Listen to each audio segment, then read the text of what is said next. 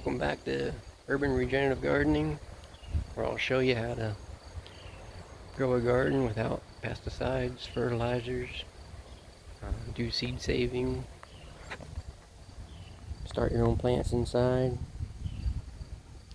Right now I'm getting these pots ready for my indoor garden. I'm gonna do 2 shelves in my indoor garden of strawberries.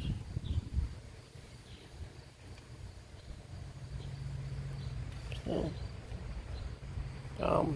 this is all my indoor soil from my indoor garden that I came up with.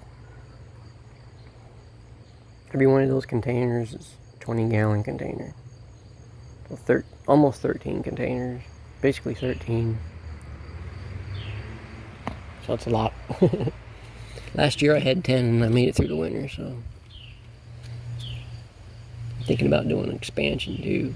Just expanding my indoor garden a little bit. Okay, so here's how I'm gonna fill them up.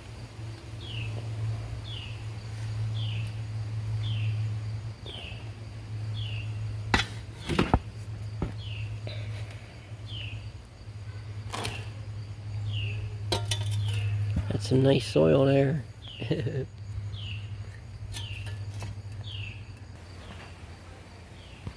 Alright, there they're all full. I think I'm gonna wet them down and then go thin out my strawberry patch out front. And this soil's a little bit too dry here. Wet them down first. They have holes in them, so these ones have holes in them. These ones don't. So I sit them in. I'll sit this one inside of that one. They have a place to drain into. 2 of these fit on a shelf, so this will be 2 shelves. Alright, so I'm watered it in there. I'm gonna let it soak.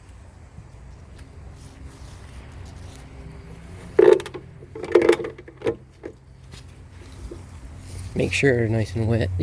I can get them extra wet out here because it's gonna just drain out onto the ground anyway, so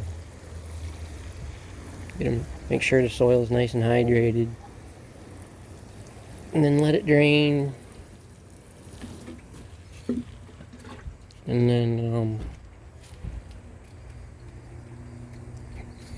I'll show you guys my tomato plants. I'll show you what you can do without fertilizer and pesticides. These are some healthy pepper plants. Got a couple nice peppers on there.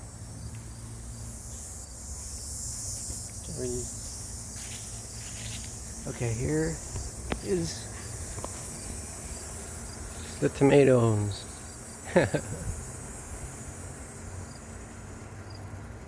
They're Amish paste tomatoes. Doesn't matter what kind of tomatoes I grow. They get 13, 14 feet tall every year pretty much. But they're nice. They're nice potatoes or tomatoes. Anyway, here's a little update on my carrots. If you guys saw my video a couple days ago, I was putting carrots out here and I told you I was going to put a shade cover. I use shade covers when they're needed. These carrots are notorious for being difficult to get started. So I'm thinking between keeping it wet and keeping it underneath the shade cover, that I'll have better success. Stay tuned for that. So here's Jurassic Park string bean plants with no fertilizer. And this is my strawberry patch. It's kind of winding down for the season. It needs thinned out, so that's why I'm And another thing you need to do if you're going to bring stuff inside from outside, from your outdoor garden into your indoor garden, you need to do it before the stresses of fall hit.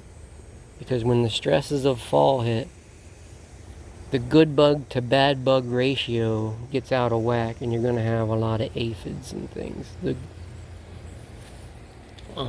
Because the good bugs will eat the aphids and keep them in check during the better part of the year.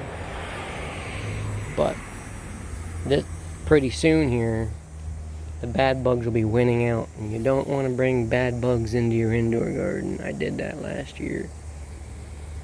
The way I solved the problem is I ordered ladybugs and let them loose in my indoor garden. I'm fasting right now. I wish I could eat that, but I can't. Anyway, that's that for now. Alright, so here's how I thin it out. One of the ways to do it is take these runners. So the runners you definitely can use. And I basically just kind of, you can't really tell what's what here until you get in there and you just kind of feel around and stuff. That's how you find the runners.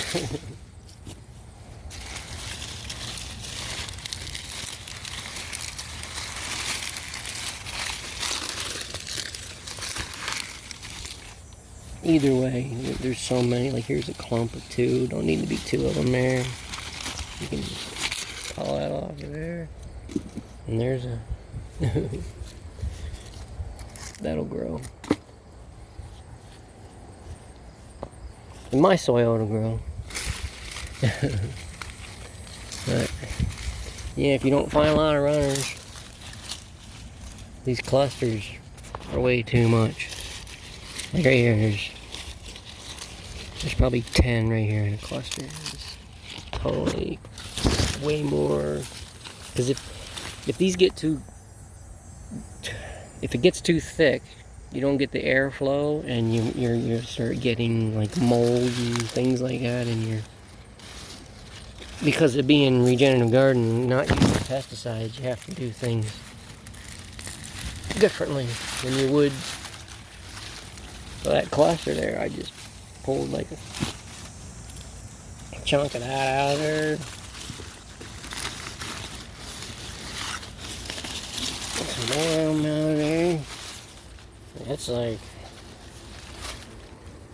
I think there's 3 plants. 2. Some of these that one might not do anything, so you just gotta use your judgment.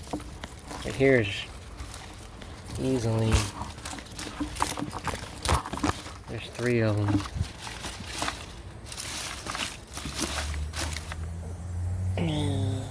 So that's how I do that. Okay, so there it is, all thinned out. You can tell there's a little bit, now there's space between the plants. That's what you want. You want space between the plants. These guys might even make a little comeback here late in the year. Now that I gave them some tender love and care. But usually while I'm at it, when I do this thinning, if I see any weeds, I pull the weeds out of there. Wasn't too many weeds. I put down wood chips in here.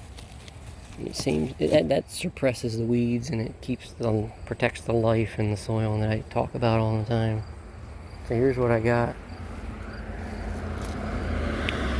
Save that for supper.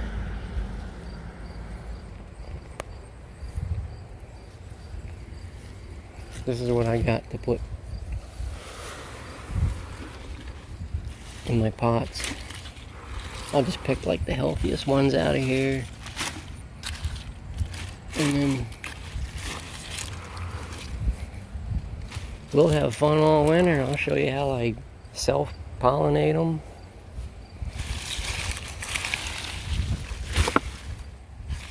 you have to take I went and bought like a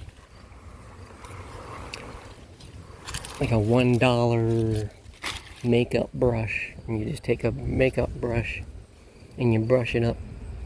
You take the brush onto a new flower like that, and then you take it onto one that just lost its petals, and you rub the pollen onto the new strawberry, and you can tell if you didn't, some of them maybe didn't get enough of the pollen on them, they'll just kind of halfway start to make a strawberry. Okay, now we're back on the shady part of the house. Whew. This has been draining for a while.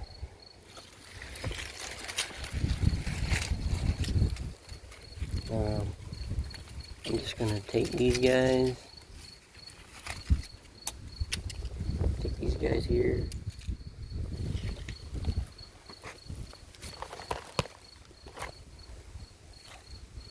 Probably put maybe like 6 in a pot. That one looks really like it's got roots and all. I'm just gonna pick the best ones that look like they got the best chance.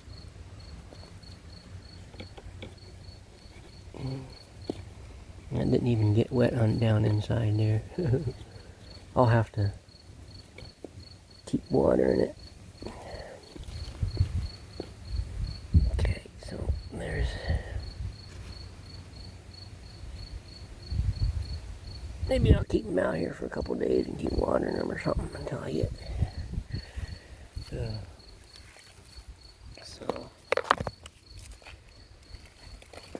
Let's see how there's dead stuff on here. You don't really want that.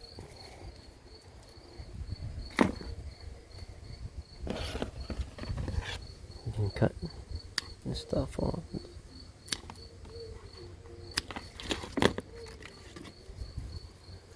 What you're looking for is the roots. If it's got a good root system, it'll be alright.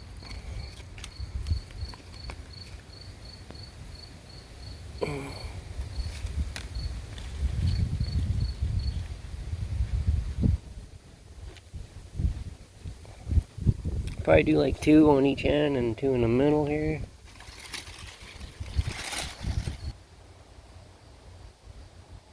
Alright, so I got most of these guys planted, potted out here. I left one. I'm going to do an experiment. I thought these are mostly full plants. They're full plants, full plant, full plant. I noticed I had a few runners here and there.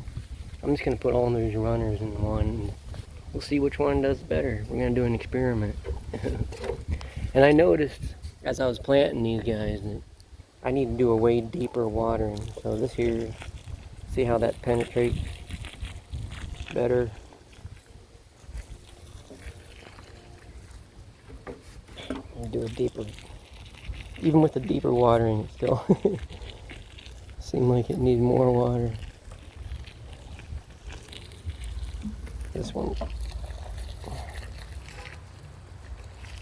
This one needs it. This was the first one I did there.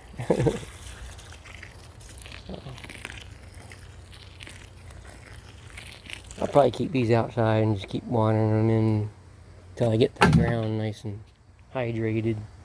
Then I can put them in their pots, their drainage pots, take them up, put them in the indoor garden, turn on the lights. Alright, got that one planted. The experimental pot with all the runners. Also, these need cleaned up a lot here. This is just old strawberry stuff from earlier this year. So that's what I just keep cleaning this up.